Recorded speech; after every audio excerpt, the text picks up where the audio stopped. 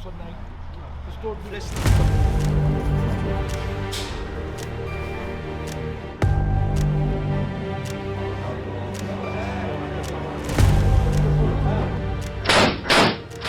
criminal gangs are paying children to do their dirty work. Would you kill somebody and they offered you a lot more money? What would you think of that? I would be prepared to do that. A teenager has been shot and killed outside his home. A 15-year-old girl and a 17-year-old boy have been arrested. For a long time, youngsters killing youngsters, taking contracts. 11, 12 years old kids running around, doing stuff, working for criminal networks and everything. Children are being given weapons for contract killings. So in that suitcase, it was a gun and it was hand grenades too. Now Sweden wants to put children as young as 13 behind bars, while those rebuilding their lives say that won't work. Then the gangs will just recruit even younger people.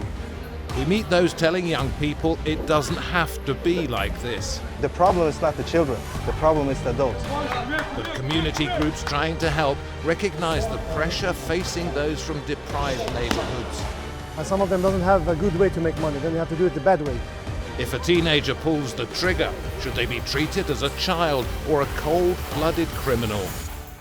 And that's the harsh truth. It's only death in prison. Welcome to Beyond Borders.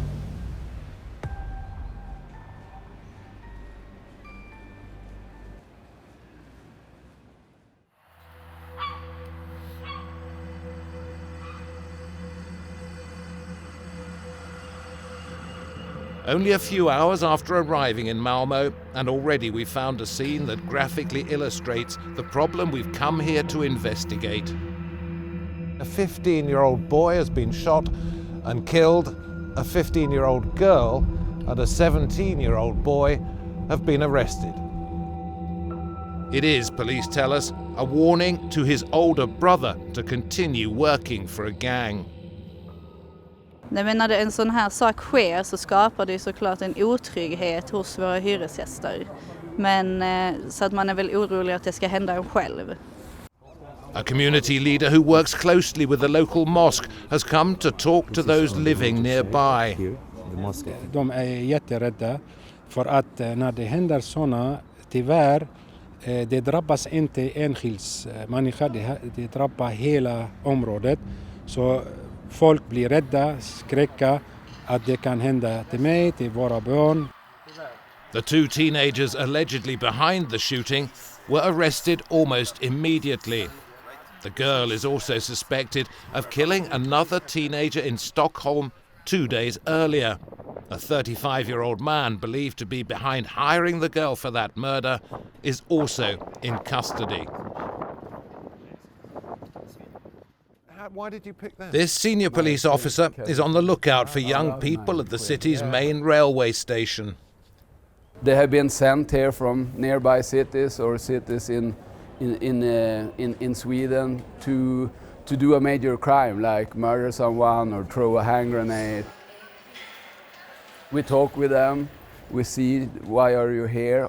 Almost all of these children doesn't know where they are, where they're gonna go, what they are doing. They haven't a really good story of why they are here. It's a strange situation where you prevent a crime that you don't even know is going to happen. So it's like a police state in a way. Exactly. Not a police state, but we had to change our methods. We then go together to where they keep some of the more than 27,000 weapons seized in the last year alone. Nowadays you can do a gun at home or a bomb at home. He tells me that surveillance cameras picked up a young woman making a delivery to 2 teenage boys. In that suitcase, it was a gun, like this, a rifle, yeah. Giving it to a 15-year-old, two 15-year-olds. Yeah. And it was hand grenades too. It's not just who's committing the crimes that's changing, but how they're being armed. As long as you have a 3D printer at home, than on dark web and so on sites that are not available for like you and me in our daily experience, but they can find and download like a recipe for it and just put it into the program, and it will print everything. And then you just need to buy the magazine and so on. You need to buy some parts that are not licensed in Sweden. So this one here is a Beretta. It's partially 3D printed, but like a replica from a Beretta. And what they did was they changed out the what's it called? The barrel? The barrel, yeah. And it's a 9mm. So all of this is 3D printed, but the barrel is bought. Swedish authorities say that in the first 6 months of 2024, almost 100 children under 15 were suspected of involvement in murder plots, including murder, aiding and abetting murder, or attempted murder. They released intercepted messages with a price list. Shooter needed now, Malmö. Everything ready. Housing, travel, you just have to go. Then there were options. Headshot, 500,000 Swedish krona. That is about $50,000. Throw a grenade, 200,000 krona.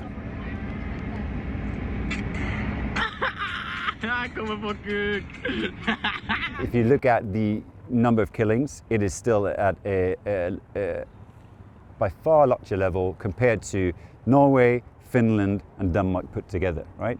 So we're not talking paradise here. We're constantly being told that those under 15 convicted of murder can expect a sentence of 4 years in social care. Sweden is now lowering the age of criminal responsibility to 13. Of course, if you are an organized criminal, mafioso boss, let's call him that, do you care about a 14-year-old or 13-year-old or 15-year-old? No, you don't. So this whole idea that you can sort of control crime through punishment or imprisonment is a common man's idea about how you solve problems, which if we just closed our eyes and thought about it for a while, we would all know is a damn lie. The government says this is an emergency and that lowering the age of criminal responsibility for the most serious offences will stop children, as it puts it, being ruthlessly exploited by criminal networks to commit serious crimes. It's believed that 13% of those actively involved in criminal networks are under 18. What's called the violence chain starts when someone known as an instigator orders and pays for a crime to be carried out. These people are often abroad and pay so-called recruiters who will know where to find the enablers. The enablers arrange weapons, transport, and safe houses. They also find those who will carry out the crime, very often minors who have no idea what's going on above them. All this is done sometimes within 48 hours using encrypted messaging apps which leave little or no trail.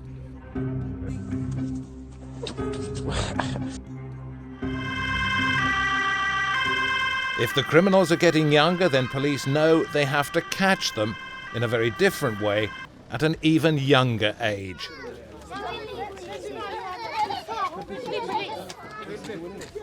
At this primary school in Malmö, the aim is to build a rapport. So at this age it's more like getting to know the children, and they can look at the car and get a positive experience of the police. The school is in what police call an especially vulnerable area, where, in their words, criminal networks exert a significant influence. Gangs have previously hidden drugs in the playground to avoid detection and were involved in a gunfight about 100 meters away. As the children get older, the message to parents is look out for changes. Maybe they come home with expensive clothes, or they start having new apps on their phones, like Signal or WhatsApp. They get new friends and they start to have money. All those signs could be signs of they've been recruited. This area here. The head teacher wants his pupils to know that they don't have to make bad choices. One room surrounds them with elements of the natural world where they can play, paint, write, and perform simple science experiments. We wanted to build a world that children can be saved. The aim is to encourage expression without fear. We start working with them from 1 year old to 1 to 6 years to give them all the strength they need to get protected outside. This has been going on for a long time now. For a long time, youngsters killing youngsters, taking contracts. Carlos Fernando knows the town of Helsingborg, north of Malmö, as well as any police officer. I think that for some of these kids, they have to be locked up because they're too dangerous for society. But I'm not sure that punishment and I think that lowering the age for punishments is good because then. So bringing it down from 15 to 13. But then we can, this girl, for an example, we're not knowing anything yet. But this girl, for example, can have a long and a good punishment. But your colleagues reckon she might only get 4 years in detention. As it is today, yes. This way? Yes. We're then taken to a freezing basement to meet 3 young Swedes who say they know the lower end of the crime world well. If what they tell us is true, they're part of a system they barely understand. And while their stories are easy to pass off as bravado and can't be verified, the reality, as we've seen, can be horrifying. A 22-year-old drug dealer waiting to be sentenced who expects more prison time. A 17-year-old who claims to smuggle drugs for others from Denmark into Sweden. A 16-year-old who boasts that he's carried out bombings. The eldest says his father was also a drug dealer. This is a very dangerous business that you're in. Are you not worried one day that you might get shot, that you could get killed because of this? No. Sometime everybody gonna die. So yes, I'm not scared about the death. Everybody gonna die someday. In the beginning it was scary, but later you kind of get used to it. But there is always a feeling, a gut feeling that's telling you it's wrong. And why don't you listen to that gut feeling? Usually I just needed money and friends, So if you have to carry out an explosion, what would the target perhaps be? Someone who owes money, a rival gang member, someone you have argued with, everyone. And would you want to blow up their property or to blow them up? Often property, but you can blow them up too. Cars, everything. Do you know who you're working for? No, not the top ones, but I know the people I've met. The top ones are in Dubai or other countries outside and making money from their phones, telling other people what to do. So if they asked you, would you kill somebody and they offered you a lot more money, what would you think of that? I would be prepared to do that.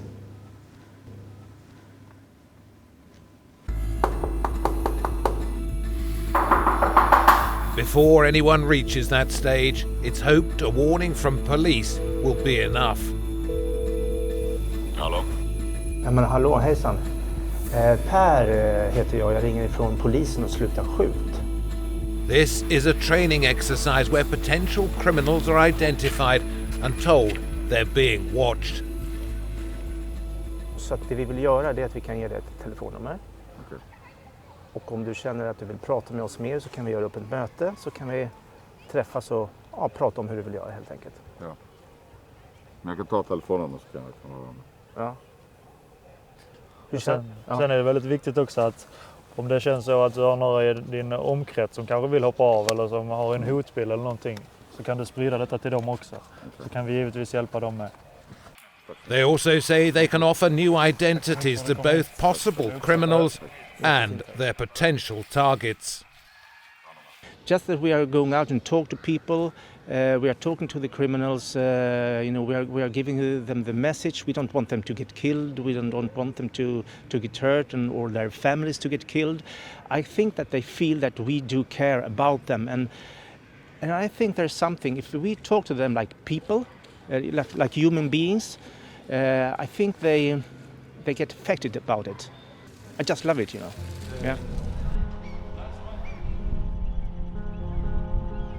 For some who've been caught, lessons have been learned from bitter experience. There's no honor in it. There's only death in prison. And that's the hard truth. It's only death in prison. Since 1980, Krami has been uniting social workers, probation officers and employment advisors in Malmö with one goal: to help ex-offenders find a job and keep it. Somebody has to give me another chance. And I pretty much only need to talk to them, explain my situation, and probably give me a chance. In 2025, 70% of Krami's participants stayed out of crime and kept their jobs. But the hardest part is that they don't believe in themselves. They've lived a life of crime since they were teenagers. A major part of our job is to make sure that they feel that we believe in them. Quite a long story. It wasn't just the money that Emma was attracted by, but also the way of life. At 20, she went to jail and now looks at the 15-year-old accused of the contract killing and is thankful for her time inside. I look back, when I see it, I think about myself. Because maybe if I didn't have got to prison, maybe that could have been me. As for lowering the age of criminal responsibility to 13... that is not the answer, because then the gangs will just recruit even younger people. And maybe soon we are down to the age at 10, 11. Do we want that future? No. Leo was jailed for 1.5 years for robbing taxi drivers. Now he's 21, working in the kitchens at IKEA. I would love to be a chef in a high level, but I'm not really there yet. So I learned my lesson, I grew up a lot. Stay in school, don't do drugs, and live your life.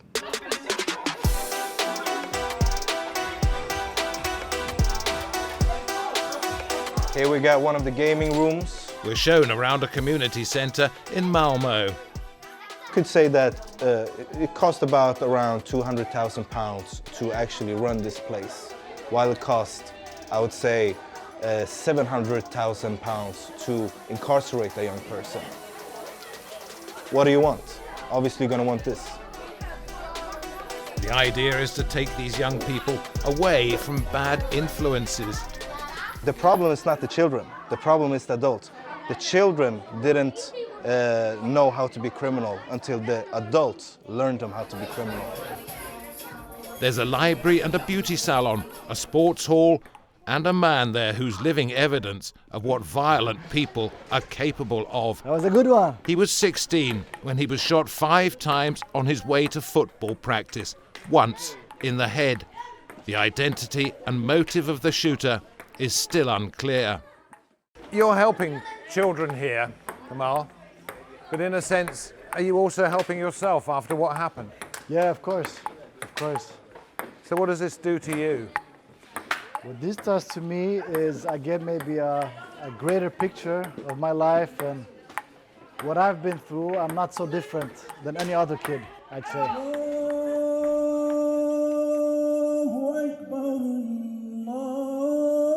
At Friday prayers near the scene of the boy's murder, the man we've met there explains what message the imam will hope to convey. Det handlar om att först att välja rätt vän, och det är det vi jobbar inom moské.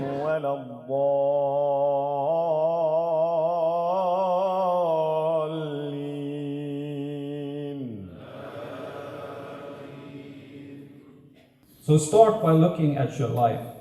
Look at the people you surround yourself with, because there you will see where you're heading. A senior member at the mosque says even those involved in crime would be welcome. We take them in, we don't label anyone.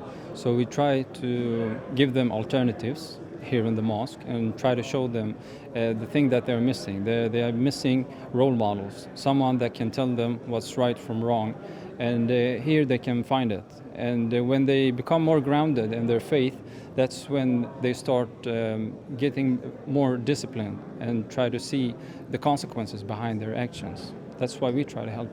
But sometimes people go to seek the blessing of God but have no intention of turning to God. Again, we can't judge anyone. It's all a journey for every single person. Marlon Moran is a community police officer who works near where the 15-year-old was murdered. She's been talking to parents who've told her of their concerns. Well, of course that this happened at all with such a young boy being shot and also an innocent boy. Her job is to be a first official point of contact for those in a community who might know who's being recruited. Well, we have like networks where we can talk about things, we can talk about what happens in the neighborhood, and we can talk about what perhaps we need to get this kind of information out, and they will be the messenger into their communities. But however close the police get to the communities, there can still be barriers, which is where mediators like Mahmoud come in.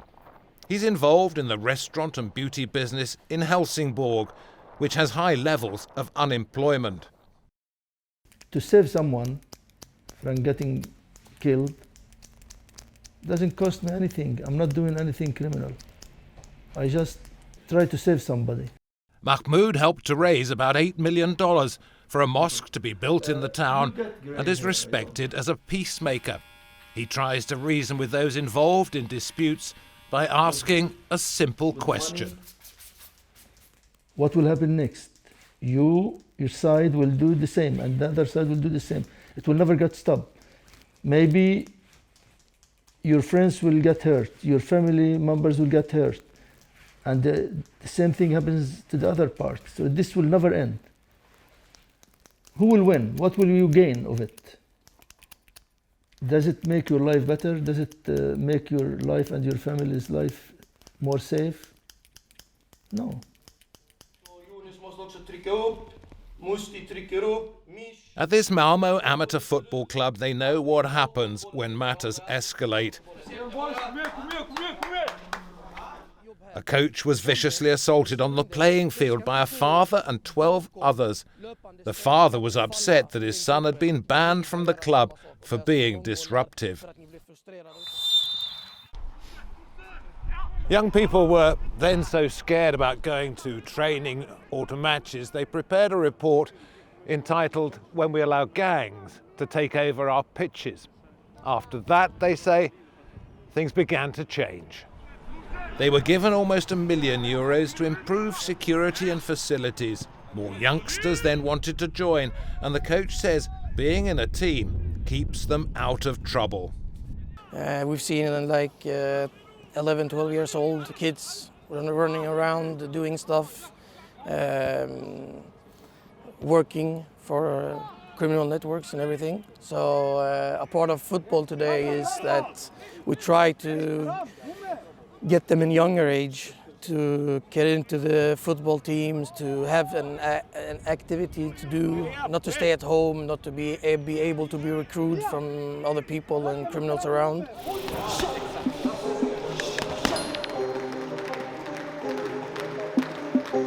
This Thai boxing fighter has a police record and finds it hard to get work.